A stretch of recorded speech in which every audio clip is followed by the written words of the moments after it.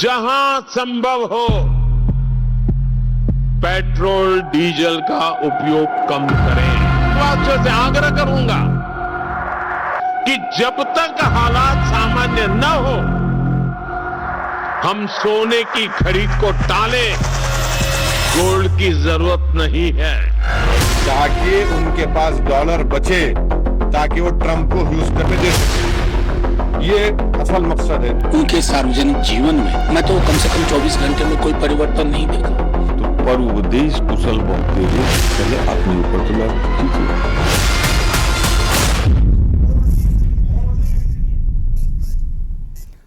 नमस्कार, मैं शेखर त्रिवेदी। 24 घंटे के भीतर दूसरी बार जब प्रधानमंत्री नरेंद्र मोदी देश से ये अपील करते हैं कि देश के लोग एक साल तक कम से कम सोने की खरीदारी से बचें, जब प्रधानमंत्री नरेंद्र मोदी कहते हैं कि तेल और गैस के इस्तेमाल पे लगाम लगे, मतलब भर की ही खर्च की जाए, तो आखिर इसके मतलब क्या निकाले जाएं?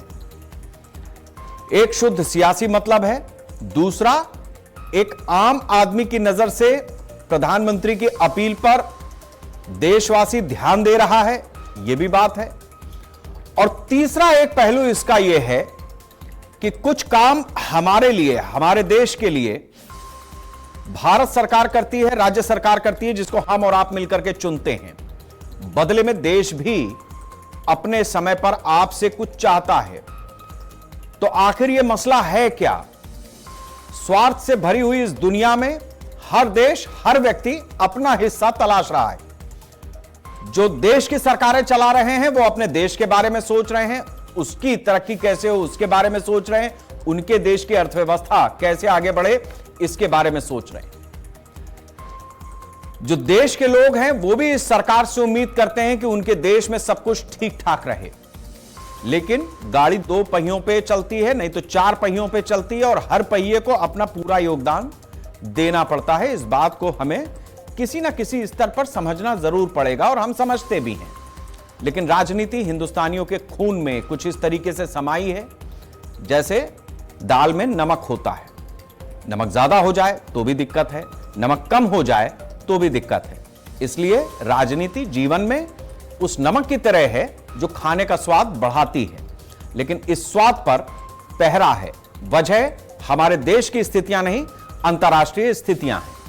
देशवासियों के लिए प्रधानमंत्री नरेंद्र मोदी ने एक बार फिर उसी संदेश को दोहराया जिसे उन्होंने हैदराबाद में पहली बार कहा। यानी अगर प्रधानमंत्री मोदी देश के लोगों से अपील कर रहे हैं कि सोना ना खरीदो, पेट्रोल और डीजल की खपत कम करो, इलेक्ट्रिक वाहनों का ज्यादातर इस्तेमाल करो, खाने वाला तेल कम खाओ, वर्क फ्रॉम होम को बढ़ावा दो, वर्चुअल मीटिंग कर लो, पब्लिक ट्रांसपोर्ट को अपना लो, विदेश यात्रा से बचो, विदेशी सामान पर निर्भरता कम करो, इसका मतलब कोई बड़ा संकट आने वाला है? बड़ा संकट आने वाला है क्या? इसके बारे में प्रधानमंत्री नरेंद्र मोदी देश की जनता को आगाह कर रहे हैं। प्रधानमंत्री मोदी ने इस बार गुजरात में 24 घंटे के अंदर दूसरी बार जब देशवासियों से अपील की तो यह मामला और भी ज्यादा गंभीर हो गया। हमने भी 24 घंटे पहले शेखर वार्ता में इसी मुद्दे को उठाया था कि आखिर इस तरीके की जरूरत क्यों आन पड़ी। अलग अलग पैनलिस्ट ने अपनी राय रखी थी, लेकिन 24 घंटे के भीतर अगर प्रधानमंत्री इस बात को दोबारा करें तो इसका मतलब यह है कि देश में इस पर चर्चा भी बड़ी होनी चाहिए। इस बात पर समझने के लिए समय भी ज्यादा देना होगा, और यह भी समझना होगा कि कहीं कुछ ऐसा ना हो जाए जिससे हमारे देश में, हमारे ऊपर किसी दिन कोई ऐसी स्थिति बने जो विकराल रूप में खड़ी हो जाए, समस्या बनकर।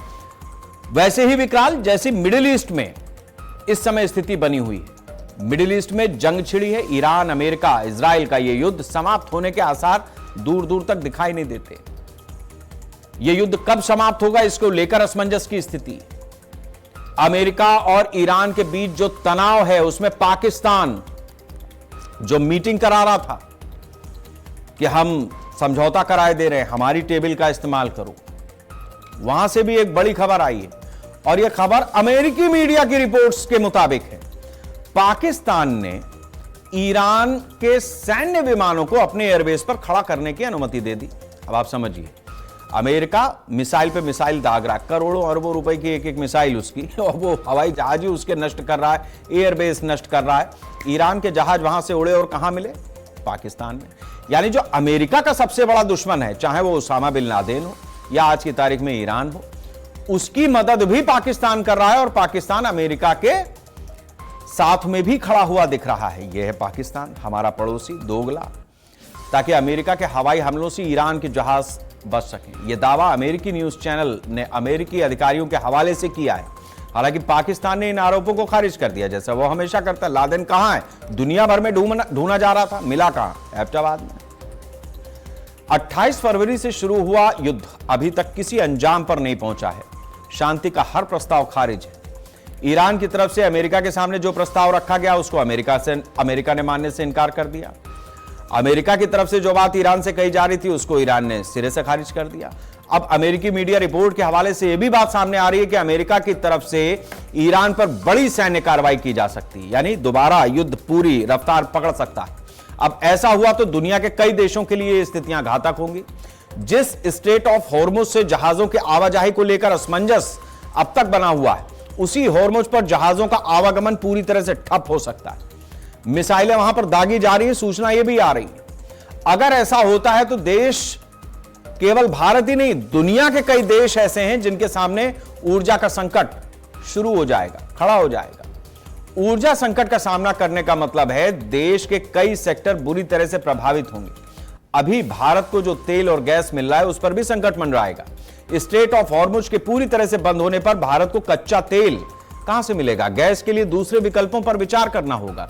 विदेशी भंडार अपना बढ़ाना होगा ताकि जब जरूरत पड़े तो जरूरत का तेल और गैस आ सके। 45 से लेकर के 60 दिन इतना ही स्टॉक रहता है, बाकी जगह ही नहीं। आप रखोगे कहां रखेंगे आप तेल? भारत को तेल और गैस के लिए अभी भी मौजूदा डॉलर से ज्यादा खर्च करने होंगे जब यह बढ़ेगा। अभी $100 के आसपास है, 105 आज का रेट रहा है, तो 100 के आसपास रहेगा, यह बात कही जा रही है। अब 100 का 105 हुआ, 110 भी हो सकता है, 108 हो सकता है, इससे नीचे फिलहाल आने वाला नहीं। और यह है दुगना, पहले 60, 70 ऐसा ही चल रहा था। अगर ऐसा होता है तो देश में विदेशी मुद्रा भंडार में तेजी से गिरावट होगी और स्थिति कर्ज लेने की आ सकती है, जो भारत की अर्थव्यवस्था के लिए बुरा होगा। लेकिन अगर प्रधानमंत्री मोदी की अपील को मान करके लोग ऊर्जा संकट से अपने आप को बचाते हुए और उसके उपाय, विकल्प तलाश लेंगे, उनका रास्ता निकाल लेंगे, तो यह संकट टलता जाएगा। भाई अभी ये माना जा रहा है कि 60 दिन तक युद्ध चला, मान लीजिए 90 दिन तक चला, तो हमने बचत कर ली तो हमारा स्टॉक आगे बढ़ गया। फिलहाल प्रधानमंत्री मोदी की अपील विपक्ष को रास नहीं आ रही है। विपक्ष का काम है राजनीति करना है। विपक्ष इसे सरकार की नाकामी बता रहा है। वहीं अब बीजेपी इस तरफ से भी विपक्ष को दशकों पुराने बयान भी याद दिला रही है कि सत्ता में रहते हुए कांग्रेस और विपक्षी पार्टियों ने भी जो बयान दिए थे उनको भी अब सामने लाया जा रहा है कि ऐसा नहीं है कि ये देश में स्थिति पहली बार बनी है। और मिडिल ईस्ट, खासतौर से खाड़ी के जो देश हैं, वहां पर युद्ध की स्थिति 90 के दशक से, 80 के दशक से और उससे पहले से भी चलती चली आ रही है। एक समय था जब इराक में लड़ाई हो रही थी, वहां उस समय पे भी वही हुआ, इराक और कुवैत का जो युद्ध हुआ था, 90 का दशक था। उसके बाद जिस तरीके की स्थिति आज बनी है, ईरान चपेट में है, ये चलता है वहां। और उस समय पे जिसकी सरकार रही होगी उसने भी इसी तरीके की अपील की होगी, ये भूलना नहीं चाहिए हमें। फिलहाल आज का जो मसला है उसमें यह है कि 24 घंटे में दूसरी बार प्रधानमंत्री की अपील बताती है कि संकट गहरा है, संभल जाओ वरना दिक्कत बढ़ेगी। जो महत्वपूर्ण बयान आज दिन भर आए, पहले उसको देख लेते हैं, फिर चर्चा करेंगे। दुनिया लगातार अस्थिर परिस्थितियों से गुजर रही है। पहले कोरोना का संकट, फिर वैश्विक आर्थिक चुनौतियां और अब पश्चिम एशिया में बढ़ता तनाव। इन सारी परिस्थितियों का असर लगातार पूरी दुनिया पर पड़ रहा है और भारत भी इससे अछूता नहीं है। अगर कोरोना महामारी इस सदी का सबसे बड़ा संकट थी, तो पश्चिम एशिया में युद्ध से बनी परिस्थितियां इस दशक के बड़े संकटों में से एक है। जब हमने मिलकर कोरोना का मुकाबला कर लिया तो इस संकट से भी अवश्य पार पा जाएंगे। अभी बंगाल का शपथ ग्रहण हुआ, सारे देश के मुख्यमंत्रियों को बुलाने की क्या जरूरत थी? कितने हवाई जहाज आए, कितनी गाड़ियां लगी। आसाम में आज हो रहा है, वहां कितनी गाड़ियां पहुंचनी, कितने मुख्यमंत्रियों के हवाई जहाज पहुंच रहे हैं। बिहार में हुआ था, वहां भी आपने ये किया था। तो पर उपदेश कुशल बहुत तेरे, पहले अपने ऊपर तो लागू कीजिए। ये शांतिपूर्वक संपन्न हो सकता था। बनते तो मुख्यमंत्री ही ना, इतने लोगों के जाने से कुछ और तो नहीं बन जाएंगे वो। तो दूसरों को भाषण तो दीजिए, पर अपने अपनी पार्टी पर लागू करिए। आरबीआई के पास 77% of total gold reserve domestically था, जो 23 में 38% था, वो बढ़ के अब 77% हो गया। अगर गोल्ड खरीदना इतना डेंजरस है, जो हैदराबाद के भाषण में प्रधानमंत्री ने कहा, हम अपने बेटियों के लिए, अपनी महिलाओं के लिए ये खरीदते हैं, तो आरबीआई इतना गोल्ड क्यों खरीद रहा है भाई? फिर जिस तरह की चीजें आप अपील कर रहे हैं, काम नहीं मिलेगा लोगों को। वैसे ही लगभग बंदी के हालात है और आपके मंत्रियों के आचरण में, व्यवहार में, उनके सार्वजनिक जीवन में मैं तो कम से कम 24 घंटे में कोई परिवर्तन नहीं देखा। एक आध मंत्री फोटो के लिए ईवी व्हीकल दिखा रहे हैं, फोटो के लिए, उससे ज्यादा गंभीरता नहीं है। जब महाराष्ट्र में विधानसभा का सत्र चालू था, बजट अधिवेशन चालू था, तभी मैंने कहा था कि प्रधानमंत्री महोदय हमारे देश के आर्थिक स्थिति पे कोई बयान दे। ईरान का युद्ध हो या जो भी जियोपॉलिटिक्स दुनिया भर में चल रहा है, उससे फर्टिलाइजर्स हो, एल्यूमिनियम हो या तेल हो, गैस हो, इस पे क्या असर होने वाला है, ये भी इस पे भी बयान दे। लेकिन चुनाव थे तो भाजपा ने कुछ कहा नहीं, प्रधानमंत्री महोदय ने कुछ कहा नहीं।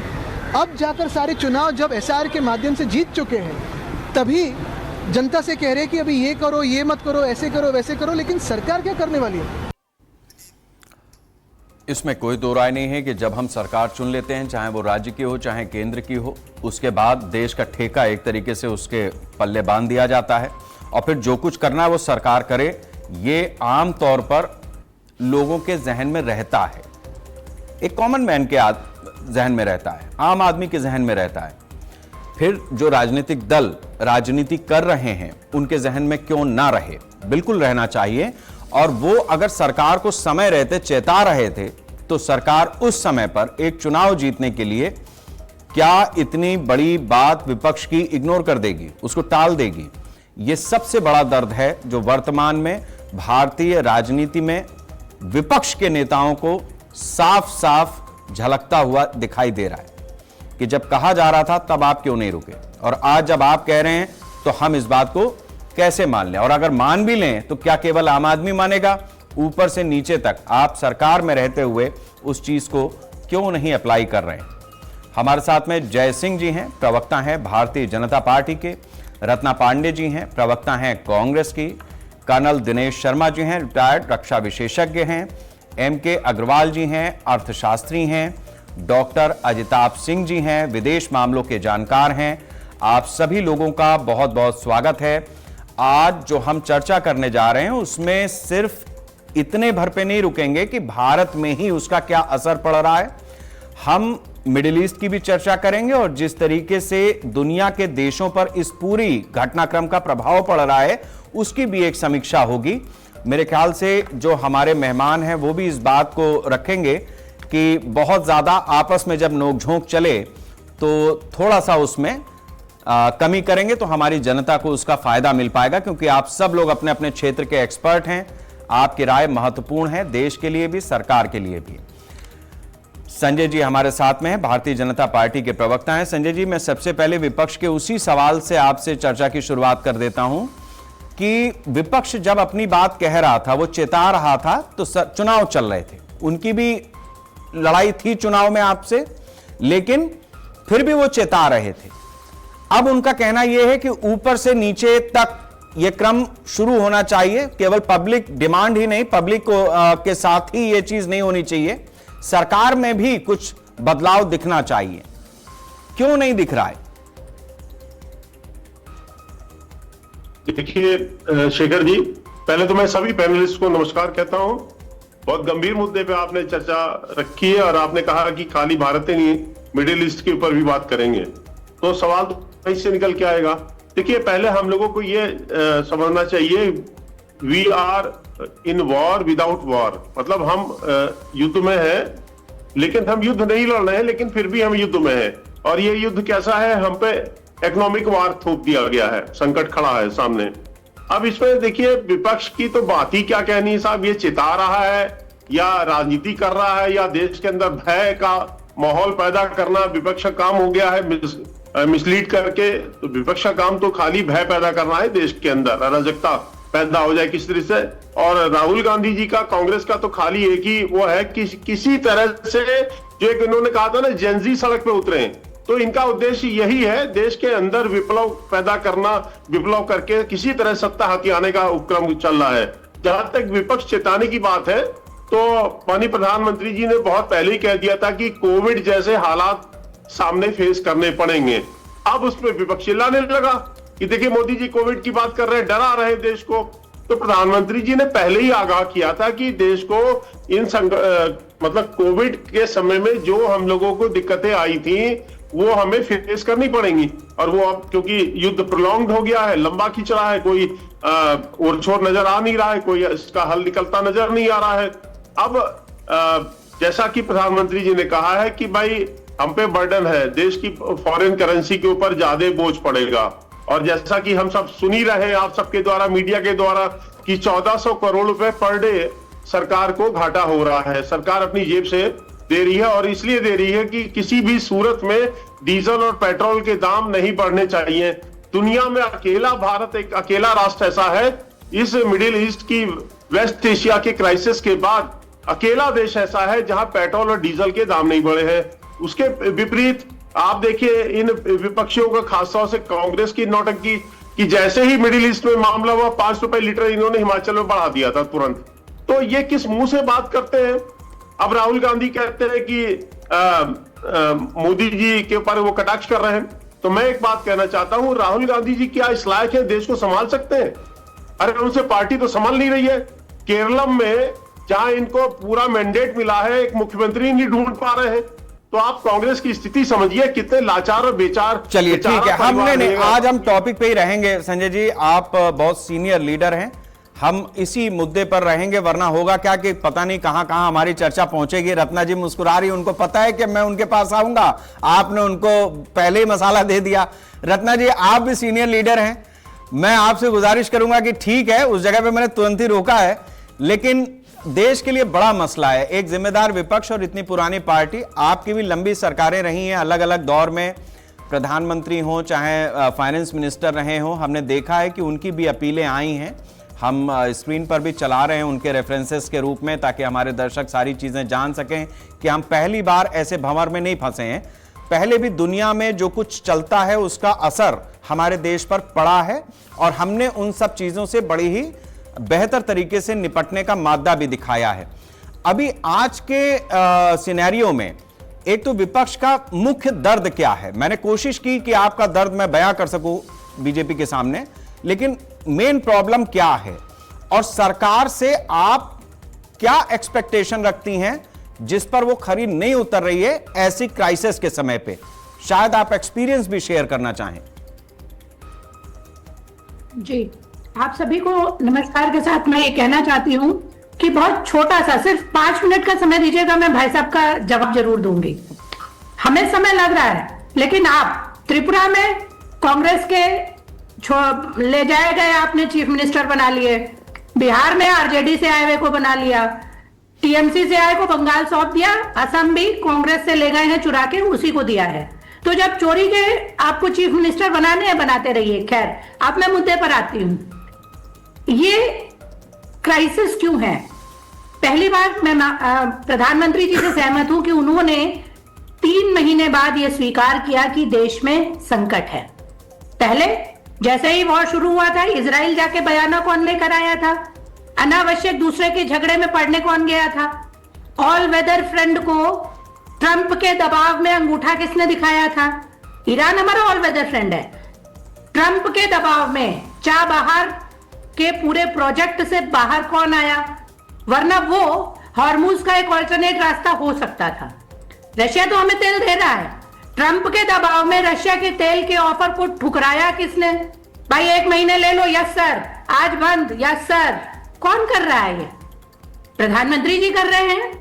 और रही बात फॉरेक्स की, फॉरेन एक्सचेंज क्यों नहीं आ रहा है? क्योंकि टूरिस्ट इंडस्ट्री हमारी पूरी तरीके से खत्म की जा चुकी है।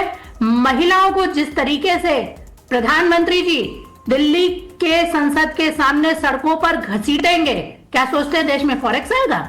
पहलगाम के अपराधी और आतंकवादी आज तक पकड़े नहीं गए हैं।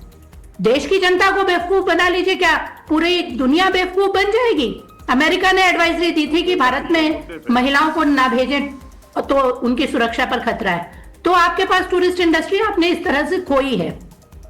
रही बात एफडीआई की, केवल अडानी अंबानी को आगे बढ़ाते जाइए, बाकी कंपनीज को बैठा दीजिए, तो फॉरेन डायरेक्ट इन्वेस्टमेंट नहीं आएगा आपके पास।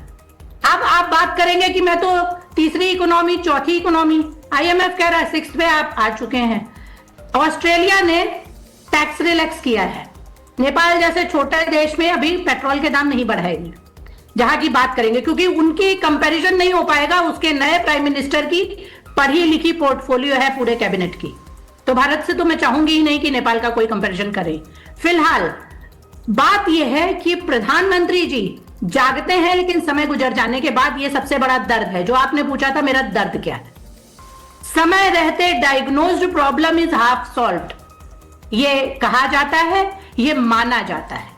आप हमेशा 12 साल से सर्वदलीय बैठक की परंपरा को समाप्त करने वाले यशस्वी प्रधानमंत्री माननीय मोदी जी इतिहास में लिखे जाएंगे। पहलगाम के बाद सर्वदलीय बैठक कब हुई? जब ऑपरेशन सिंदूर आप सरेंडर करके आ गए। ईरान में कब हो रही है इस युद्ध की सर्वदलीय बैठक? कब बुलाई? जब क्राइसिस हो गया। वरना आपके हरदीप सिंह पुरी जी कह रहे थे मैं तो 2 साल तक लड़ सकता हूं। राजनाथ सिंह जी ने अभी कहा था कि इंडिया को कोई डरने की जरूरत नहीं। ये बड़बोलापन देश को ले बीत रहा है।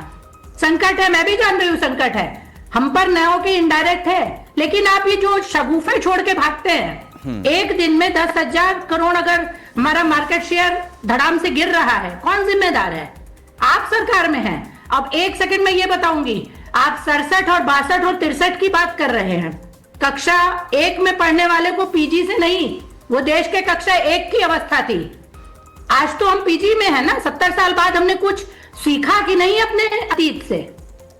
क्या सीखा है? हम तो वापस नहीं आ रहे और हम अपनी गलतियों को दोहरा के अपने आप को वीर पुरुष कहलाना चाहते हैं। ये सबसे बड़ी गलती है। कुछ भी कल मैंने गलत किया था, आज मौका है तो आप या कोई भी जो पद पर है उसे सुधारना चाहिए। आ रहा हूं। ठीक है, हाँ मैं दूंगा संजय जी। जो बात रत्ना जी ने कही है मैं उस पर आपकी टिप्पणी जरूर लूंगा। चर्चा अभी थोड़ा सा आगे बढ़ाने दीजिए, आप पॉइंट नोट करके रखिए, मैं आऊंगा आपके पास। एमके अग्रवाल साहब हैं हमारे साथ में, अर्थशास्त्री हैं, लखनऊ यूनिवर्सिटी में प्रोफेसर हैं। लब्ध प्रतिष्ठित तरीके से ये समझने की जरूरत है इस समय ऐसे ही व्यक्ति से कि हमारी इकोनॉमी पे जो बात अभी विपक्ष की तरफ से आई है वो कितनी यहां पर सरकार के लिए एक चुनौती रखती है। इसके अलावा सरकार अपनी जगह पर किस तरीके से रोल आउट कर रही है इस पूरे मामले को, उसको कैसे देख रहे हैं हमारे देश के अर्थशास्त्री, यह समझना भी जरूरी है। अग्रवाल साहब। शेखर जी देखिए, प्रॉब्लम है और पहले दिन ही ये मान लेना कि प्रॉब्लम बियॉन्ड कंट्रोल है, मुझे लगता है कि ये कतई उचित नहीं था। और जो 28 फरवरी को युद्ध हुआ और उस समय ट्रंप साहब भी यही कह रहे थे और दुनिया में भी यही बात थी कि 2-4 दिन, 5 दिन, 10 दिन में यह युद्ध समाप्त हो जाएगा। और 5-10 दिन की बात नहीं है, भारत में इससे ज्यादा की बहुत ज्यादा रिजर्व था और उसको लेकर के पैनिक होने की आवश्यकता कतई नहीं थी। ये युद्ध बढ़ा, फिर बढ़ा, फिर बढ़ा, अल्टीमेटली जो सीज फायर भी हुआ वो भी टेंशन में रहा और जिसके कारण अब जो स्थिति बन रही है वो विस्फोटक बन रही है। तो इतने बड़े राष्ट्र को 10-5 दिन कहीं दुनिया में होता है, उसको लेकर पैनिक नहीं होना चाहिए। क्राइसिस होती है, आती रहती है, लेकिन 1 दिन, 2 दिन, 4 दिन के उस पर अगर क्राइसिस को लेकर इकोनॉमिक हम एकदम भूचाल खड़ा कर दे, मुझे नहीं लगता कि वो बहुत ज्यादा तर्कसंगत होगा। जहां तक आज की बात है, ठीक है, पॉलिटिकल पार्टीज का अपना राइट है कि उसमें अपना देखें कि कहां पर उनको क्या लूपहोल मिलता है, क्या नहीं मिलता, कहां इलेक्टोरल एडवांटेज है, मुझे उसमें नहीं जाना। लेकिन मैं यहां पर एक चीज ये कहना चाहता हूं, जब प्रधानमंत्री जी कोई समाधान लेकर के आए हैं या उन्होंने जनता के साथ अपनी बात को शेयर किया, इसमें कई चीजें हैं। देखिए, उन्होंने इंटरनल भी अपने मैथमेटिक्स ठीक किया होगा, गुणा भाग किया होगा कि हमें ये स्टेप लेकर के जितनी चीजें कही है जनता से सहयोग के रूप में कही और वॉलंटरली सहयोग के रूप में कहा है। उन्होंने वो स्थिति नहीं की कि आप हमको सोना दान में दीजिए, जो बीच में कभी हुआ भी था, या इस प्रकार से कोई टैक्स हम लगा देते, इंपोर्ट ड्यूटी बढ़ा देते सोने की इंपोर्ट पर, यह भी नहीं किया है। तो कहने का मतलब ये वॉलंटरी जन सहभागिता वाली बात है। और आज ये बात क्यों लोगों को ज्यादा महत्वपूर्ण लग रही है? पहले भी इस तरह की चर्चा हुई, लेकिन उस समय जन सहभागिता का स्तर बहुत निम्न था। आज जन सहभागिता का स्तर बहुत उच्च स्तर पर है और प्रधानमंत्री जी को भरोसा है कि जनता काफी हद तक हमें सपोर्ट करेगी। उस विश्वास के आधार पर उन्होंने दोबारा आज फिर वो चर्चा करी है और मुझे लगता है इसका व्यापक असर देखने को मिलेगा। देखिए, एक आध दिन लगता है, 2 दिन लगता है। अब मैं आपको बताऊं, कुछ लोगों ने 2 व्हीलर इस्तेमाल करना शुरू कर दिया, 4 व्हीलर इस्तेमाल करने वालों ने। कई लोगों ने एसी अपना कम कर दिया गाड़ी का कि ठीक है, हमारे पास दूसरी गाड़ी नहीं है, छोटी गाड़ी नहीं है, जो है वही है, तो उन्होंने कहा हम एसी का कम इस्तेमाल करते हैं। तमामों चीजें इस प्रकार से की जा रही हैं क्योंकि ये जनता के लाभ का भी मुद्दा है। दूसरा देखिए, अब ग्लोबल लेवल पर आई है, ये तो डोमेस्टिक लेवल पर हुआ। डी डॉलराइजेशन एक आज का सबसे बड़ा हमारा एक मुद्दा है और ये 2-3 साल से तो प्रमुख रूप से चल रहा है, चल कई सालों से रहा है। हम जब सोने के आयात को रोकने की बात करते हैं, कब? जब जनता से कहते हैं आप कम खरीदिए, कम पेट्रोल खरीदिए, कम डीजल का इस्तेमाल करिए, तो हम डी डॉलराइजेशन को कहीं ना कहीं सपोर्ट करते हैं। हम अपने फॉरेन एक्सचेंज को तो बढ़ाते ही हैं। और दूसरा, जो अमेरिका की कमजोर अर्थव्यवस्था में मजबूत डॉलर है, भारत में मजबूत अर्थव्यवस्था में कमजोर रुपया है, आज ये विश्व का उल्टा पुल्टा माहौल चल रहा है, उससे बचने की जरूरत है, इसलिए भी ये आवश्यक है। दूसरा, सोने के दाम अनावश्यक बहुत ज्यादा है। अगर मान लीजिए जैसे अभी 2 कंट्रीज ने बेचा है बहुत बड़े स्तर पर, अगले साल 2 साल 3 साल में देखिए कई कंट्रीज सोना बेचेंगी और जब सोने का भाव टूटेगा तो आप कल्पना करिए नुकसान किसका होगा? भारतीय अर्थव्यवस्था का। और भारत में किसका नुकसान होगा? आम आदमी की, जिसकी आज लोग बात कर रहे हैं। तो कई चीजें हैं, हमें उनको ध्यान में रखना होगा। फिर हमारे लिए अवसर है स्वदेशीकरण का। खाली सोने तक सीमित नहीं है, पेट्रोलियम प्रोडक्ट तक सीमित नहीं है। हम फॉरेन प्रोडक्ट्स को कम करके वोकल फॉर लोकल हम बहुत आगे निकल चुके हैं। पीएलआई के माध्यम से आप अगर देखेंगे तो हम बड़े प्रोडक्ट्स में भी बहुत आगे निकल चुके हैं। चिप्स में आप देखेंगे, सेमीकंडक्टर में हम आगे निकल चुके हैं। आप देखिए, अगर भारतीय खरन देखते हैं तो वंदे भारत ट्रेन को देखिए, इस प्रकार से तमाम चीजें देखिए। अग्रवाल साहब, आपने केवल एक चीज है, बिल्कुल जो बात आपने कही है उससे यह समझ में आता है कि हमारी इकोनॉमी अपनी तरह से ग्रो कर रही थी, लेकिन अभी जो संकट है उसमें हमें थोड़ा सा पेशेंस रखना पड़ेगा। एक अजीबोगरीब स्थिति दुनिया के सामने है। मैं आपके पास भी आऊंगा अजिताभ जी, लेकिन उससे पहले मुझे लगता है कि आप एक कमेंट दें। उससे पहले कर्नल दिनेश शर्मा जी के पास मैं जाऊंगा। कारण यह है उसका कि जो बात वो बताएंगे उसके बाद विदेश मामलों का पूरा रुख समझने में हमें आसानी होगी। कर्नल साहब, एक तो यह कि जब पाकिस्तान में गए थे अमेरिका के प्रतिनिधि और वहां पर टेबल टॉक हो रही थी ईरान के साथ में, तभी भी हम लोगों ने चर्चा की थी और उसी दिन हमारे साथ पाकिस्तान से भी वो मोहतरमा जुड़ी थी, वहां से भी गेस्ट थे। आज भी हमने कोशिश की, लेकिन जैसे ही उनको ये बताया कि भाई आपके एयरबेस पे ईरान के जहाज छुपे खड़े थे, तो उन्होंने कहा नहीं, आज मैं नहीं आ पाऊंगी, आज मैं व्यस्त हूं। तो हम पाकिस्तान की ये गुलाटी मारने की तो आदत रही है, मतलब उससे तो कौन इत्तेफाक नहीं रखेगा। दुनिया जब, मतलब अमेरिका जब लादेन को ढूंढ रहा था तो एबटाबाद में मिला। अमेरिका ने अपने हिसाब से ईरान के सारे जहाज नष्ट कर दिए, वो इनके एयरबेस पे खड़े मिले। तो ये पाकिस्तान अपनी तरह का एक अलग प्राणी है देश के रूप में, जो दुनिया कुछ खेलती है अलग खेलता है। तो ये कितना बड़ा डेंजर पॉइंट है दुनिया के लिए। दूसरा, जिस तरीके से हॉर्मुज स्ट्रेट पर सुना है कि मिसाइलें ईरान पर ताबड़तोड़ फिर दागी हैं अमेरिका ने, यहां कुछ रास्ता निकलेगा या आपको लगता है कि ये रक्त बीज की तरीके से, जैसे उसने तो सोचा था कि 5 दिन में खत्म कर देंगे, हुआ नहीं, अपने यहां कहानी से जो मिलता जुलता कथा मिलती है वो रक्तबीज की है, तुम एक मारोगे हम 10 पैदा करेंगे। तो यही चल रहा है, अमेरिका समझ नहीं पाया इस बात को शायद। देखिए Shekhar ji, thank you very much. उस दिन जो आपके पास पाकिस्तान की महिला आई थी और आपने मुझे भी सौभाग्य दिया था आपके साथ बातचीत करने का, वो वैसे भी बहुत जल्दी चली गई थी, इसकी उसे जल्दी जाना था। खैर छोड़िए, अब बात कर लेते हैं पाकिस्तान के बारे में, जो आपका पहला सवाल था। देखिए साहब, ऐसा है, इनकी हिस्ट्री के अंदर तो मैं नहीं जाऊंगा, पर पाकिस्तानी जो अपने आप को बहुत ज्यादा चतुर और बुद्धिमान समझते हैं, वो समझते हैं कि हम पूरी दुनिया को बेवकूफ बना लेंगे और अपना जो हमारा उद्देश्य है पाकिस्तान का वो पूरा कर लेंगे। लेकिन ये हर बार जो है इनका इस प्रकार की प्लानिंग जो है सफल नहीं होगी। अब जो लेटेस्ट जो CBS ने न्यूज निकाली है, जो कि अमेरिका के एक बहुत विख्यात मीडिया हाउस है, उसने बताया है कि ईरान के जो फाइटर जेट हैं और साथ में जो उनका रिकॉनेसेंस का है, वो जो है वो पाकिस्तान के नूर खां बेस के ऊपर पार्क किए हुए हैं। तो बेसिकली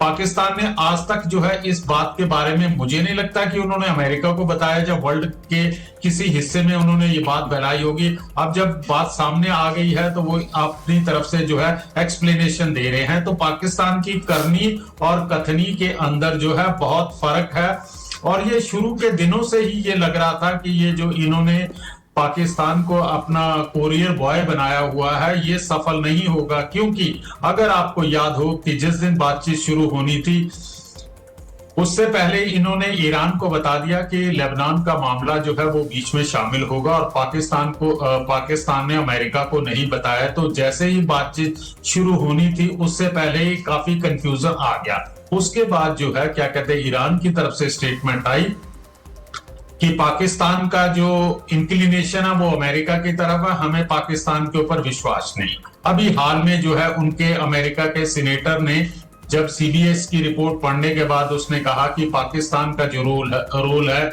उसकी हमें विवेचना करनी चाहिए। और उन्होंने थोड़ा रेस्पेक्टेबल वर्ड बोले, तो ये एक एस्पेक्ट हो जाता है। इसी से मिलता जुलता आगे का है कि पाकिस्तान को ही अमेरिका ने क्यों चुना। 10 सेकंड में बताता हूं। देखिए साहब, जिस समय ईरान और अमेरिका का युद्ध शुरू हुआ तो अमेरिका को लगा कि उसके जो मित्र देश हैं वो भी उसका साथ छोड़ के जा रहे हैं। मित्र देश अमेरिका को नहीं छोड़ना चाहते थे, लेकिन ये बेसिकली डोनाल्ड ट्रंप की भाषा और जिस प्रकार की वो वाणी का प्रयोग करता था बाकी एक सॉवरन कंट्री के लिए, जिसको कि उस देश को, हर देश को अपनी इज्जत के ऊपर चोट लगती हुई, तो वो अपना रिस्पेक्टेबल डिस्टेंस से चले गए। आपको याद होगा कि डोनाल्ड ट्रंप ने फ्रांस के प्रेसिडेंट की वाइफ के लिए किस प्रकार की स्टेटमेंट दी थी। तो जब उसके मित्र देश जो है उससे दूर जाते रहे, और जिस समय ये बातचीत का सिलसिला शुरू होने वाला था, तो अमेरिका ढूंढ रहा था कि मुझे कोई एक ऐसा देश चाहिए जो कि बीच में एक कोरियर बॉय की बात कर सके। खाड़ी देशों के अंदर अमेरिका का इन्फ्लुएंस है, यस है, लेकिन वो सऊदी अरेबिया या किसी को भी वो अपनी टर्म्स ऑफ कंडीशन जो है डिक्टेट नहीं कर सकता था। तो उसकी नजर में आया कि यार मुझे एक ऐसा सेवक चाहिए जो कि मेरी पूरी बात सुने। तो सेवक कौन है? सेवक पाकिस्तान है। इसको थोड़े नोट देंगे, डॉलर देंगे, ये करेगा। तो इसलिए पाकिस्तान को चुना गया। पाकिस्तान ने बड़ा फैंसी वर्ड इस्तेमाल किया, इस्लामाबाद टॉक, और जो आउटकम अभी तक हुई है वो हो गई है। अब आ जाते हैं हार्मुज स्ट्रेट के ऊपर। देखिए साहब, ऐसा हो जाता, मैं अपने सैनिक तजर्बे से बताता हूं कि हम जब भी युद्ध के अंदर जाते हैं तो उससे पहले हम गहन करते हैं उस देश की कैपेबिलिटीज और उसकी वल्नरेबिलिटीज की, उसके अंदर क्या काबिलियत है और कहां पर कमियां हो जाती हैं। जब आप पूरा आंकलन कर लेते हैं, उसी मुताबिक आप अपनी प्लानिंग करते हैं, उसी मुताबिक आप देखते हैं कि अगर हमने ये एक्शन लिया तो उसके बाद किस प्रकार का काउंटर एक्शन होगा। हमारे जो एम होते हैं, मिलिट्री ऑब्जेक्टिव होते हैं, वो बड़े क्लियर कट और लिमिटेड ऑब्जेक्टिव होते हैं कि हमने ये करना और इसके बाद खत्म करना है। लेकिन अमेरिका ने जो है ईरान का जो है ठीक प्रकार से आंकलन नहीं किया।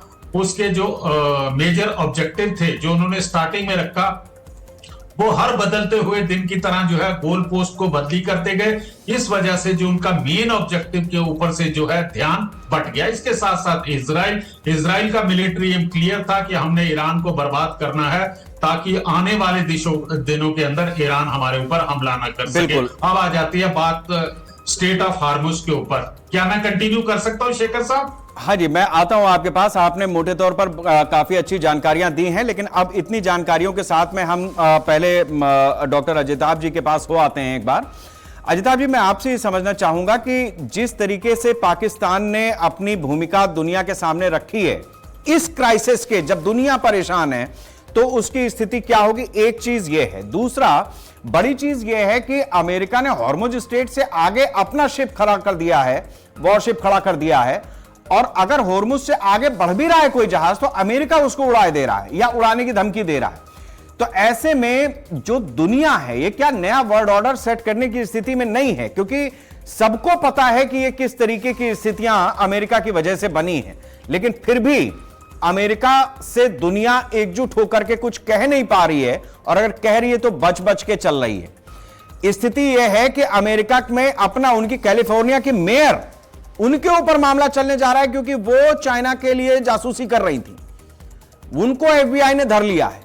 तो ये इतना कॉम्प्लिकेटेड हो रहा है पूरा विश्व, लेकिन ये भी एक अजीबोगरीब स्थिति है कि कोई विशेषज्ञ या कोई कंट्री उस तरह से आगे भी नहीं आ पा रही है। ये शेखर जी बहुत अच्छा आपने रखा है, पुटअप किया है। और इसमें देखिए, सबसे पहले पाकिस्तान की अगर बात की जाए तो पाकिस्तान डबल गेम खेलता है, ये कोई नई बात नहीं है, ये पहले से हो चुका। आपने उसामा बिन लादेन का दिया, 9/11 जो अमेरिका में हुआ था उसके ज्यादातर टेररिस्ट और प्लानिंग सारी चीजें अलकायदा की पाकिस्तान से हुई थी। तो ये पाकिस्तान का ऐसे से कितने एग्जाम्पल दिया जा सके। लेटेस्ट एग्जाम्पल मैं दूं तो पाकिस्तान ने 6 जो अभी ट्रेड पॉइंट खोले हैं ईरान के लिए, वो उससे ईरान को वो एक तरह से सपोर्ट कर रहा है और दूसरी तरफ अमेरिका को सपोर्ट कर रहा है। तो कहीं ना कहीं ये भी एक डबल गेम का ही दिखाता है और अमेरिका चुपचाप बैठा हुआ है। तो ये बड़ा दुर्भाग्य है कि पाकिस्तान पे रिलाई करके, और पाकिस्तान ने हमेशा गल्फ के खाड़ी के देशों को भी डुबोया है, अमेरिका की भी बदनामी की है, इसमें कोई दो मत नहीं है। तो अमेरिका की तो ये कह लीजिए उसके डीएनए में है। दूसरी तरफ अगर विश्व व्यवस्था की बात करें, निश्चित रूप से जो अभी विश्व व्यवस्था है पूरी तरह से चरमराई हुई है, और उसके लिए काफी हद तक अमेरिका के राष्ट्रपति ट्रंप जिम्मेवार हैं। उनकी जो गोल पोस्ट चेंज करने की नीतियां रही हैं उससे एक भरोसा कम हुआ। ईरान का तो हुआ ही है, लेकिन पूरे विश्व का भरोसा, जो उसके खास करके अमेरिका के जो दोस्त रहे हैं उनका भरोसा कम हुआ है। आज देख लीजिए जिस तरह से ट्रंप ने शुरू की, कनाडा से लेके और ग्रीनलैंड तक चले गए, बीच में उन्होंने वेनेजुएला में खेल कर दिया, अब ईरान पे आ गए। तो ऐसे कितने सनकीपूर्ण मैं कहूंगा उन्होंने ऐसे ऐसे स्टेप लिए जो दुनिया को एक नए विश्व व्यवस्था की ओर मजबूर कर रहा है। और ऐसे में विकल्प क्या है? चाइना निश्चित रूप से विकल्प नहीं है। चीन पे भरोसा करना विश्व के लिए बिल्कुल वो कह लीजिए कि नहीं होगा। और जो चाइना से जिसने भी किया, आप देख लीजिए उठा के अपने नेबरहुड में देख लीजिए, श्रीलंका, नेपाल, बांग्लादेश का एग्जांपल लिए, क्या उनका हश्र हुआ, और अफ्रीका में क्या हो रहा है। हर जगह जिसने भी चाइना के साथ जुड़ा वो बहुत जल्दी अलग हो गया है। तो चाइना वहां पे नहीं है। रूस की हालत जब से यूक्रेन युद्ध 2022 से चला है, रूस फंसा हुआ है, वो उस स्थिति में नहीं है। मिला जुला के आज भी अमेरिका ज्यादा रिलायबल पार्टनर है और किसी न किसी रूप में वो दे ही रहा है लोगों को। आज भले वो ट्रेड एंड टैरिफ की बात कर ले, आप एक इंडिया का, भारत का ही एग्जांपल ले लीजिए, अभी भी हमारा ट्रेड सरप्लस है अमेरिका से। इतनी उठा पटक के बावजूद भी अमेरिका हमारा रिलायबल पार्टनर में ऊपर के रैंक में होगा बनिस्बत के चीन के। तो कम से कम हाँ, एक ट्रंप की जो छवि बनी है इस तरह से, और बिजनेस मेंटेलिटी जो है उसका खामियाजा भुगतना पड़ रहा है, और इसलिए ये सारी नई व्यवस्था होगी, इसमें कोई संदेह नहीं है। दुर्भाग्य है कि संयुक्त राष्ट्र संघ को दरकिनार किया है, और वो भी अमेरिका ने ही किया है। ऐसे ऐसे 66 संगठनों को इन्होंने दरकिनार करके विश्व की चुनौतियों को बढ़ा दिया है। फिर से इस पे बात करने की जरूरत होगी। निश्चित रूप से नई व्यवस्था की ओर नेटो और यूरोपियन यूनियन सारे लोग इस पे विवश हो रहे हैं। कहीं ना कहीं कुछ नई व्यवस्था की बात हो रही है और वो जल्दी ही उसका रूप देखने को ही मिलेगा और उसमें भारत जैसे देशों का, ब्रिक्स के देशों का भी एक बड़ा रोल होगा। ठीक है, मैं अब आपसे समझना चाहूंगा रत्ना जी, मैं उसके बाद संजय जी आपके पास आऊंगा। रत्ना जी, जो बात अभी एक्सपर्ट्स की तरफ से बताई गई है उसके आधार पर कांग्रेस का कंक्लूजन किस तरीके का है? कांग्रेस क्या सोच रही है कि जो इस समय दुनिया की स्थिति बनी हुई है उसमें अगर वो सरकार में होती या जो सरकार है उसको वो क्या सजेशंस देगी? जी, 2013 में भी एक रिसेशन आया था, मनमोहन सिंह जी की सरकार थी, टैक्स रिलीफ दिया गया था और ब्याज दर कंट्रोल करके कम की गई थी। ऐसा ही हम चाहते हैं। आम जनता को दबाने से क्या होगा? आज भी असम में मुख्यमंत्री को शपथ दिलाने के लिए कल मुझे पेट्रोल कम खर्च करने का नसीहत देने वाले प्रधानमंत्री जी और उनके काफिले को दुनिया ने देखा। ये परोपदेश कुशल बहुतेरे सनातन धर्मी है, इन्हें तो मानना ही चाहिए। तो हमारी आज भी यही है, आप रोल मॉडल है ना। आपने जो कहा, अगर आपको विश्वास है कि देश आंख मूंद कर मानेगा तो कृपया अपनी कथनी और करनी के फर्क को मिनिमाइज कीजिए, वो करके दिखाइए जो आप मुझसे चाहते हैं। वर्क फ्रॉम होम क्यों कह रहे हैं? क्या वर्क फ्रॉम होम सिर्फ काम को आने जाने को खत्म करता है या साइकोलॉजिकल प्रेशर भी लोगों पर क्रिएट करता है? कोविड ने, अगर आप कहते हैं कि बहुत अच्छी तरह हम लोग निकले, लेकिन बहुत लोगों को डिप्रेशन भी दिया, बहुत लोगों को साइकोलॉजिकल प्रॉब्लम्स भी दी। बच्चों का स्टडी का जो ग्राफ था वो कम हुआ और ये स्टडीज आई हैं कि वो इफेक्ट तो है। तो आप अगर इकोनॉमिक लॉकडाउन की तरफ देश को ले जा रहे हैं तो कृपया स्पष्ट रूप से बताइए और खड़े होकर देश का हर व्यक्ति, हर नागरिक, कांग्रेस भी, विपक्ष के नेता राहुल गांधी जी भी खड़े होंगे आपके साथ, बशर्ते आप स्पष्ट रूप से आइए, ये बरगलाना बंद कीजिए। सिर्फ सोना ना खरीदना ही एक प्रक्रिया है। सोनार की साइट पर भी पूरा परिवार, पूरी एक इंडस्ट्री सरवाइव करती है। खरीदार तो जैसे तैसे रहेगा, वो पूरा जो हमारा सोनार इंडस्ट्री है उसका क्या होगा? वो लोग खा जाएंगे जिनका नौकरी आप एक झटके में छीन लेंगे। बाजार में नौकरी पहले से नहीं है और आप फिर एक स्लम की तरफ ले जा रहे हैं और सिर्फ एक आपको भाषण, क्योंकि टीवी है, आप आएंगे और देश को कुछ भी बदला। ठीक है रत्ना जी, हम इसका जवाब ले लेते हैं संजय जी से। जिम्मेदार बयान चाहिए। ठीक है, जिम्मेदार बयान चाहिए Sanjay ji, point two point रखिएगा क्योंकि फिर समय नहीं बचेगा। एक तो जिम्मेदार बयान चाहिए, दूसरी चीज यह है कि अगर इकोनॉमिक लॉकडाउन की तरफ हम जा रहे हैं तो प्रधानमंत्री उसको स्पष्ट रूप से बताएं, या फिर जो अभी उन्होंने गाइडलाइंस देश के सामने रखी हैं या जो अपेक्षा की है उस पर बीजेपी के लोगों से, बीजेपी की सरकारों से भी उम्मीद की जाती है कि वो उस पर खरे उतरे। शिखर जी, मैं पहले आपसे निवेदन करना चाहूंगा, जितना हमारी बहन रत्ना जी को आपने समय दिया, काफी लंबा इनका स्पीच रहा है, मुझे उम्मीद है कि आप भी मुझे उतना समय देंगे तो मैं अपनी बात को ठीक से कह दूंगा। इन्होंने बहुत लंबी लंबी बातें कही हैं। मैं शुरुआत करता हूं इजराइल अमेरिका से। ये कहते साहब प्रधानमंत्री जी इजराइल चले गए तो ऐसा हो गया और ईरान हमारा ऑल वेदर फ्रेंड था और मोदी ने ट्रंप के आगे सरेंडर कर दिया। अरे जो देश को सरेंडर करा के घूमते रहे, अब वो आज सरेंडर की बात कर रहे हैं। भाई आप ये ध्यान रखिए, मोदी जी इजराइल गए तो इनकी छाती फट गई। क्यों इसलिए फटी कांग्रेस वालों की? क्योंकि मुस्लिम वोट बैंक, यहूदी ज्यूज का फैक्टर है, इसलिए इनको यह भी मालूम होना चाहिए। उससे 3 दिन पहले यूएई के प्रेसिडेंट शेख अल नहयान आए थे और 3 घंटे रुके थे। इसका मतलब कोई गंभीर बात थी, आए प्रधानमंत्री जी से मिलके गए। आप समझिए इस बात को, इसका मतलब कुछ होने वाला था बड़ा। उसके तुरंत तत्काल बाद प्रधानमंत्री जी इजराइल गए। क्यों नहीं जाएंगे इजराइल? इजराइल हमारा सपोर्ट करता है, हमें हथियार देता है, संकट में खड़ा होता है। हम पाकिस्तान के दोस्त थोड़ी हैं कांग्रेस की तरह से, हम इजराइल हमारा दोस्त है। अब रही बात अमेरिका की, मोदी जी ने आज तक डोनाल्ड ट्रंप की बात नहीं मानी। इनको मालूम होना चाहिए इनका दोस्त मुनीर, कांग्रेस का दोस्त मुनीर है। सुनिए रत्ना जी, सुन लीजिए, धैर्य रखिए। डिनर खा रहा था, लंच खा रहा था, और अगर मर्यादा तोड़ी है मोदी जी आप भी आ जाइए। हिम्मत रखिएगा, मुझे भी भाषा आती बैठ सकते हैं दुष्ट है। आदमी के बराबर। पाकिस्तान मोदी जी बैठेंगे, मोदी जी ने कहा मेरे पास टाइम नहीं चले आए, उसी तरीके का जवाब देने के लिए आयरन मैन नहीं मिलेगा। आपको राहुल गांधी जी काबिल नहीं दिखते हैं, आपको वो प्रधानमंत्री काबिल दिखता है जिसका अरे तो आपके राजीव गांधी, इंदिरा जी के रूप और आपकी में मैडम सोनिया गांधी कहां तक की पढ़ी लिखी, यही बता दीजिए। वो आपको आप काबिल बड़े-बड़े दिखता है? प्रवचन दे रही हैं, सरेंडर काबिल आप दिखता इतने है? बड़े-बड़े प्रवचन दे देश रही की हैं, आपकी संप्रभुता जो को सबसे बड़ी प्राइम मिनिस्टर हेल थी, होल कहलाने वो वाला कौन- प्रधानमंत्री क्यों आपको लेके आई काबिल थी इंदिरा दिखता गांधी? है? क्यों आप आई थी काबिलियत की गोल्ड बात करेंगे क्यों आई बॉन्ड लेके तो आए थे? उठाइए क्योंकि पिछले जनता पूरे को चोर रास्ते सारे से के आप सारे जनता की जेब में रिकॉर्ड डाका डाल के रहे थे। सामने बोलने की दूसरी बात हैसियत नहीं है शेखर जी, प्रधानमंत्री कल भी जी आपके की। चैनल डरते पे बोला किससे था, हैं? और आज भी ट्रंप बोल रहा से हूं क्या जनता लिया की है? चोट पे। ऐसी कौन सी राहुल दबदबा गांधी से रखी है संभल ट्रंप के रहने वाला ने कि इस देश देश को। बेच खाया राहुल उसके गांधी ने लिए? कहा था कि इस देश जो देश की संप्रभुता संपत्ति को का बार-बार गिरवी redistribution रखते करना हैं है। आप लोग। तो कहीं से redistribution आपको में कुछ लेना देश देना के है नहीं, अंदर बस इजराइल ने क्या अर्थात सोना आपका साथ दिया घरों के बताइए? अंदर है करीब है 40,000 जानता टन तो के बताइए आसपास। इजराइल ने तो कब साथ राहुल दिया? गांधी की निगाह उस इतिहास सोने मालूम पर नहीं है, रटा वो रटा अपने व्हाट्सएप बाहर लेके के चले आते हैं और पात्रों उसके बाद जैसे जो लोगों मन को चाहेगा सोना दिखवा बोलेंगे। देंगे। साफ बताइए इजराइल ने कब भारत का साथ दिया? बच के रहना है, देश को इजराइल ने बचाना भारत है का साथ इटली के कब दिया? परिवार से। और रही बात, देखिए अब आपकी मैं बात आता हूं को मेन स्पष्ट मुद्दे कीजिए, पर। उदाहरण सहित देखिए इजराइल ये ने भारत का साथ प्रधानमंत्री कब नरेंद्र दिया? मोदी जी हैं, ईरान देश ने को कब तक आज दिया? मैं तरक्की के बताऊंगी, रास्ते पूरा पे ले गए, इतिहास दुनिया दूंगी, की रिकॉर्ड दूंगी। 5वीं सबसे बड़ी इजराइल कब अर्थव्यवस्था भारत के बना साथ के खड़ा लाए हुआ, हैं। ये सब बताइए। पूरा देश जानता है। पहलगाम और में राहुल पहलगाम गांधी हुआ की था तो या चाइना से कांग्रेस आपने के परिवार एफडीए की बंद कर कितनी दिया था। वो हिम्मत, 2026 वो में है ट्रंप देश ने के अंदर धमकाया, जनता ने आपने इनको चलिए जवाब ठीक दिया। है संजय जी और रत्ना जी, आप लोगों ने जिस तरीके से इस पूरे दौर को आगे बढ़ाया है, मेरे ख्याल से बहुत हमारे दर्शक हैं उनको काफी कुछ समझ में आया होगा कि बीजेपी और कांग्रेस का स्टैंड ऐसे समय पे क्या। देखिए राजनीति है, हमारे देश के राजनेताओं को शायद अभी थोड़ा सा और इस जगह पर अपने आप को रखना पड़ेगा क्योंकि मामला गंभीर है। आज हमने चर्चा बड़ी गंभीर उठाई है। संजय जी मैं आता हूं, एक सेकंड अब रुक जाइए, मैंने आप लोगों की बात समझ ली है, हमारे एक्सपर्ट्स हैं।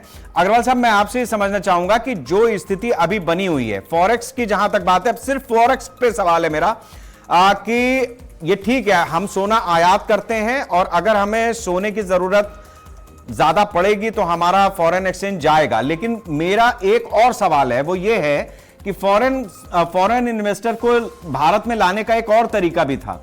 जो हमारे शेयर बाजार है वहां पर अगर हमने टैक्स को थोड़ा सा सिस्टमाइज किया होता है, जैसे पहले था इस तरीके से रखा होता तो वो थोड़ा सा रुक सकता था। आज 12% 20% का जो स्लैब बना हुआ है लॉन्ग टर्म शॉर्ट टर्म में, उसकी वजह से ये फॉरेनर्स जा रहे हैं। कारण ये है कि उनको उतना तो अपने ही देश में वो निकाल ले रहे हैं, एक चीज ये है। दूसरा, हमारे देश में जब गोल्ड पर इन्वेस्ट नहीं करेगा, आदमी को निवेश करने की भी रोग है, तो उस स्थिति में वो बैंक में छोड़ेगा नहीं वो अपना माल, वो चला जाएगा किसी प्रॉपर्टी के एंड पे चला जाएगा, या हो सकता है कि किसी इंडस्ट्री में इन्वेस्ट कर दे, कुछ इस तरीके की चीज वो करे। तो इसको लेकर के हम इंटरनल इकोनॉमी को कहां तक देख पा रहे हैं आप कि वो संभलेगी या नहीं संभलेगी या कैसे रहेगी? जहां तक ये एफपीआई की बात है या इस तरह के लॉन्ग टर्म शॉर्ट टर्म की बात है, टैक्स रेट उतना बड़ा मुद्दा नहीं है, होता है लेकिन वो कोई हमारे यहाँ नहीं है, क्योंकि हमारे यहाँ जो कई सेक्टर्स खोले गए हैं आप देखिए तो कई जगह 100% कर दिया गया है। बहुत से इंपॉर्टेंट सेक्टर जैसे इंश्योरेंस देखिए हमारा बहुत फास्ट रैपिडली एक्सपेंडिंग क्षेत्र है, या तमाम और क्षेत्र वहां पर आ रहे हैं। और जो इनस्टेबिलिटी है, जो ग्लोबल इनस्टेबिलिटी है, कई लोग अपने फंड्स को इस प्रकार से रखते हैं कि जहां ज्यादा फायदा दिखता है लेते हैं, भाग लेते हैं, और एक खास तौर पर एफपीआई में होता है जिसकी आप चर्चा कर रहे हैं। एफडीआई में जहां तक बात है उसमें रिलेटिवली ज्यादा स्टेबिलिटी रहती है। तो एक चीज तो ये, और इस समय इनस्टेबिलिटी तो है, ये तो आप मानकर चलेंगे, क्योंकि जिस प्रकार की स्थितियां बनाई हैं वैश्विक परिदृश्य ने, जिस पर हमारा कोई नियंत्रण नहीं है, हमें लेकिन उससे बचना होगा और उस बचत पर हम काम कर रहे हैं। दूसरी बात जो आपने कही कि इंटरनल इन्वेस्टमेंट हम कैसे करें, हम यहाँ इंटरनल पर कोई रोक टोक नहीं है, ना बाहर वाले पर रोक टोक है। केवल बाहर जहां डी डॉलराइजेशन है या डॉलर जहां ओवर हो रहा है, हम उस पर केवल जनता को आगाह कर रहे हैं, जनता को सचेत कर रहे हैं, जनता का सहयोग मांग रहे हैं, और इसमें कोई बुराई नहीं है। हमने वो काम नहीं किया जो पहले की तरह सोना हमें चादर में दे दो, रुपया चादर में दे दो, उसका क्या अकाउंट रहा क्या नहीं रहा, वो चीज नहीं कर रहे हैं। यहाँ पर यदि जन सहभागिता होती है। अग्रवाल साहब मेरे पास समय कम होता जा रहा है, मैं बहुत लंबा जवाब ले नहीं पाऊंगा। रत्ना जी आप जो कह रहे हैं 30 सेकंड में आप अपनी बात रख दीजिए प्लीज।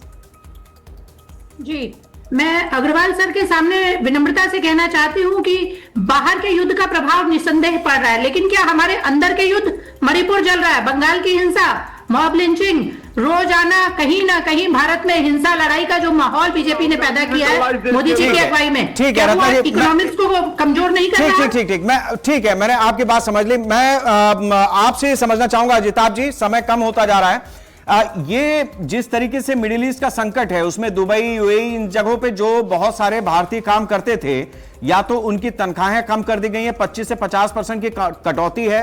28 फरवरी से पहले बहुत सारे लौट आए, कुछ अभी भी लौटने के जुगाड़ में है, कुछ लोगों को वापस आने की स्थिति बनी भी है।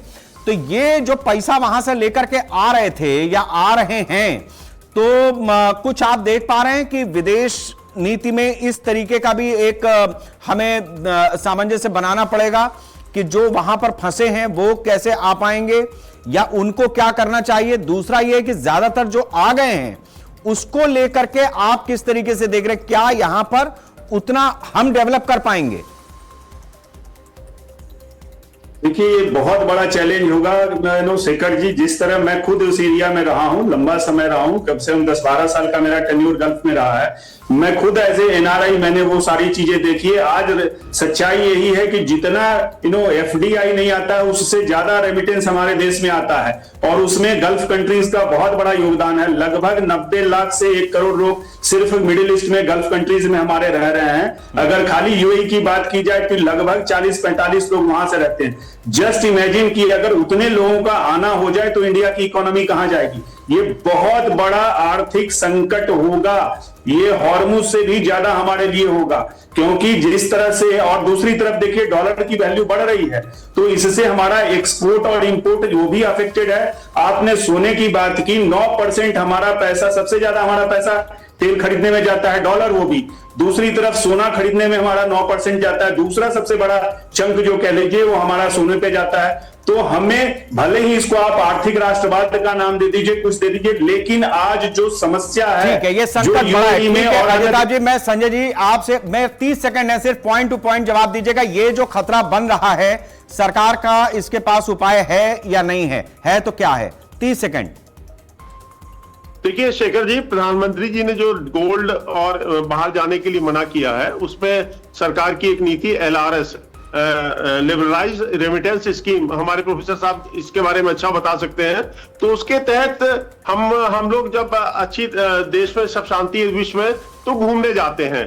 करीब जो भारतीय हैं वो करीब 25 से 30 बिलियन डॉलर विदेश भ्रमण में खर्च करते हैं। ठीक है, काम के लिए जाना चाहिए, लेकिन प्रधानमंत्री जी ने कहा भाई टूरिज्म को रोक दीजिए थोड़ा सा आप। दूसरा जो गोल्ड पे है, LRS के तहत जो गोल्ड उसमें आता है, तो उसमें अभी पिछले साल का मैं आज इंडियन एक्सप्रेस से पढ़ रहा था कि 58 बिलियन डॉलर का पिछले फाइनेंशियल ईयर में खरीदा गया था गोल्ड, और इस वाले जो अभी फाइनेंशियल ईयर खत्म हुआ है उसमें 72 बिलियन डॉलर। देखिए, चाणक्य ने एक बड़ी महत्वपूर्ण बात कही थी। शेखर जी, मैं बात खत्म कर रहा हूं कि बुद्धिमान व्यक्ति और अच्छा शासक, मतलब जब संकट का काल होता है तो धन को बचाने की बात करता है, तो वो धन देश की सुरक्षा और प्रजा की सुरक्षा में काम आता है। तो मोदी जी का चाणक्य की ठीक, ये बात आपने जो कही है नोट कर ली गई है। मैं आखिरी सवाल इस चर्चा का कर्नल दिनेश शर्मा जी से लूंगा। कर्नल साहब, आखिरी 30 सेकंड आपसे मेरा सवाल यह है कि अभी कुछ दिनों पहले हमारे मोबाइल पर एक मैसेज चमका था। वर्ल्ड इकोनॉमी जिस तरीके से जा रही है, दुनिया की स्थिति जिस तरीके से बनी हुई है, उसमें एक स्टेट ऑफ वॉर तो है ही है, लेकिन चूंकि हमारा पड़ोसी दो तरफ से कमा रहा है, आप समझिए इस बात को, और जब दो तरफ से वो कमा रहा है तो इसमें भी दुनिया को भी जलन है कि भारत इतना आराम से कैसे चल रहा है, क्या है वो। ठीक है, बीजेपी कांग्रेस अपनी जगह पे लड़ते रहते हैं, लेकिन ये देश के लिए बड़ा मसला है, तो वो उधर से भी कुछ कर सकता है। तो आपका इसमें एक्सपर्ट कमेंट क्या है? देश को क्या करना होगा? एक डिफेंस एक्सपर्ट क्या बताएगा आज देश को? शेखर साहब, ऐसा है कि मैं इसका सवाल जो है बहुत छोटे शब्दों में दे देते हूं कि मतलब अब वो दिन चले गए कि किसी ने आके हमें सरप्राइज कर दिया। अभी की जो पॉलिसी है, जो मैं एक समझ सकता हूं एक एक्स कर्नल होने के नाते, अभी हमारी जो सिक्योरिटी पॉलिसी है वो गतिशील है। ये नहीं है कि जो आपकी प्लानिंग होगी 10 साल पहले की वो भी आज एप्लीकेबल होगी। ये एक छोटा सा एग्जांपल दे रहा हूं। जिस प्रकार से हम आर्टिफिशियल इंटेलिजेंस का अपने बॉर्डर की सिक्योरिटी में इस्तेमाल कर रहे हैं, जिस प्रकार के हम फेंसिंग कर रहे हैं, जिस प्रकार के हमने अपना सुरक्षा तंत्र को तैयार किया, जिस प्रकार से हमने अपना नया वेपन सिस्टम अपनी फोर्स के अंदर इंडक्ट किया है, मुझे नहीं लगता कि आज हमें किसी प्रकार से डरना चाहिए। चलिए ठीक है, बस यही है, डर के आगे जीत है, लेकिन डरना नहीं चाहिए, ये सबसे जरूरी था जो संदेश आपकी तरफ से निकला है। कर्नल साहब बहुत बहुत शुक्रिया आपका, अजिताभ जी, एमके अग्रवाल साहब, संजय जी, रत्ना जी, बहुत बहुत शुक्रिया। आज बड़ी अच्छी चर्चा रही, कम लड़े आप लोग, बहुत बहुत धन्यवाद आप दोनों लोगों का, संजय जी और रत्ना जी। थोड़ा सा कम आपने डिस्काउंट दिया मुझे आज इस रिसेशन में, अच्छा लगा मुझे, थैंक यू। जो आज इस पूरी चर्चा में बात बड़ी हुई है वो ये है कि दुनिया अपनी तरह से अपने स्वार्थ में अपने लोगों के लिए, देश के कल्याण के लिए अपने अपने हिसाब से हर राजनेता, हर देश की सरकार कुछ ना कुछ कर रही है। वहां की सरकार ने अपने देश की जनता से क्या कहा, क्या नहीं कहा, वो वहां की सुर्खियां होगा। हमारे देश में हमारे प्रधानमंत्री ने एक अपील की है, और ये 140 करोड़ का देश, जिसमें मिडिल ईस्ट से भी जो पॉपुलेशन यहां आ रही है या आ चुकी है वो भी अब शामिल है, वो ये समझ रहा है कि दुनिया किस तरफ जा रही है और कितनी गति से जा रही है और किस बुरे डायरेक्शन में जा रही है। डायरेक्शन हमेशा सही भी हो सकता है, गलत भी हो सकता है, तो गलत डायरेक्शन में जा रही है। तो ऐसी स्थिति में देशवासियों से जो अपील प्रधानमंत्री की तरफ से की गई है, उस पर देशवासी कितना खरे उतरेंगे ये समय बताएगा। सरकार से भी उन्हें अपेक्षा है कि वो भी थोड़ा अपना खर्चा पानी कम कर ले, इसमें भी कोई दो राय नहीं है। पलट करके लोकतंत्र का यही है कि संवाद होता है, होना चाहिए। बड़ी चीज जो ये है कि जो आखिरी सवाल मैंने कर्नल साहब से लिया था कि इस पूरे सिनेरियो में हम सुरक्षित कितने हैं, हम पर खतरा कितना है और कितना नहीं है, तो इकोनॉमी अपनी जगह पे है, लेकिन डिफेंस के मामले में बड़ी चीज आप समझिए कि ऑपरेशन सिंदूर जब शुरू हुआ उसके बाद एक लिमिटेड टाइम एरा के अंदर हमने उसको रोक दिया, हमारी सेना ने उस चीज को स्टैंड बाय मोड पर रख दिया। प्रधानमंत्री सामने आए, उन्होंने कहा कि operation Sindoor is on, we are on, हम अब न्यू इंडिया है। तो ये जो न्यू इंडिया है ये हर तरीके से सक्षम है क्या, इसको सक्षम बनाना पड़ेगा। कुछ जिम्मेदारी सरकार की है, सेना की है, विभागों की है और हमारी आपकी भी है। तो अपनी जिम्मेदारी को समझिए। फिलहाल सब ठीक ठाक है देश के अंदर, जरूरत इस बात की है कि जैसे बीजेपी और कांग्रेस आपस में लड़ने लगते हैं, बस उतना ना करें, हम अपनी तरह के एक्सपर्ट बन जाएं और इस देश को संभाल लें, इतनी उम्मीद है। नमस्कार। जहां संभव हो पेट्रोल डीजल का उपयोग कम करें। वास्तव से आग्रह करूंगा कि जब तक हालात सामान्य न हो हम सोने की खरीद को टालें, गोल्ड की जरूरत नहीं है, ताकि उनके पास डॉलर बचे, ताकि वो ट्रंप को ह्यूस्टन में दे सके। ये असल मकसद है। उनके सार्वजनिक जीवन में मैं तो कम से कम 24 घंटे में कोई परिवर्तन नहीं देखा। तो पर उपदेश कुशल बहुत दे, पहले अपने ऊपर तो लागू कीजिए।